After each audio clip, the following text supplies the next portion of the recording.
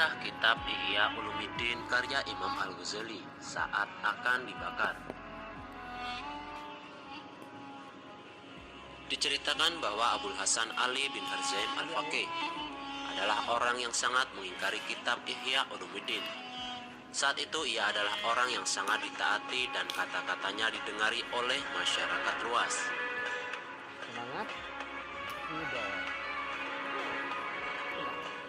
Maka ia memerintahkan para pengikut untuk mencari dan mengumpulkan naskah-naskah kitab Ihya Ulumuddin.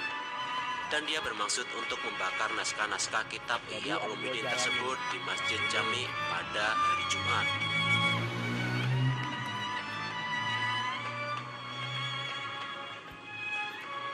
Dan ternyata pada malam hari Jumatnya, ia bermimpi seakan-akan sedang masuk Masjid Jami. Tiba-tiba di situ dia bertemu Nabi Shallallahu Alaihi Wasallam bersama sahabat Abu Bakar dan sahabat Umar. Dan Imam Ghazali juga sedang berada di hadapan Nabi Shallallahu Alaihi Wasallam. Ketika Ibnu Harzaim datang, Imam Ghazali berkata, "Ya Rasulullah, dialah orangnya yang memusuhiku. Jika yang benar adalah seperti yang dia yakini, maka aku bertaubat kepada Allah. Dan jika benar apa yang aku tulis karena mengharap berkahmu dan mengikuti sunnahmu, maka ambilkan untukku hakku dari orang yang memusuhiku." Kemudian Nabi Shallallahu Alaihi Wasallam meminta kitab Ihya Ulumuddin dan dibukanya lembaran demi lembaran dari awal hingga akhir. Lalu berkata, "Demi Allah, sesungguhnya ini adalah sesuatu yang bagus."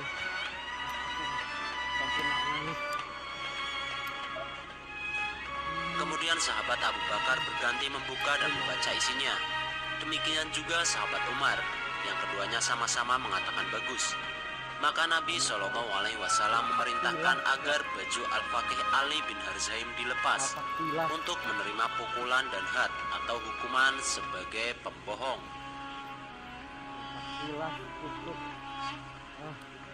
Ketika sampai pukulan kelima, sahabat Abu Bakar meminta keampunan untuknya dan berkata, "Ya Rasulullah, barangkali ia mengira ia telah mengikuti sunnahmu dan ternyata ia keliru." Dan Imam Ghazali bersetuju serta menerima permintaan sahabat Abu Bakar. Sampai di situ bangunlah Ibnu Harzaim dan di punggungnya terdapat bekas pukulan.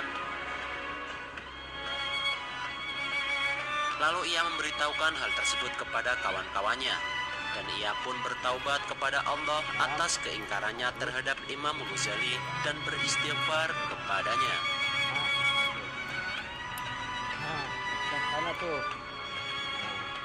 Selama beberapa waktu Ibnu Harzaim masih merasakan kesakitan dari bekas pukulan itu.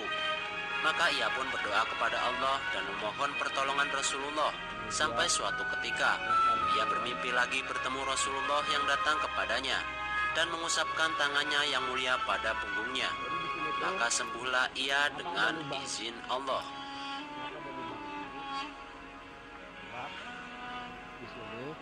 Kemudian setelah itu ia menekuni mengkaji kitab Ihya Ulumuddin dan Allah memberikan futuh atau pembukaan kepadanya serta memperoleh ma'rifatullah dan menjadi salah satu seorang pembesar kepada para masyayikh, menjadi orang yang ahli ilmu dan ilmu batin rahimahullah.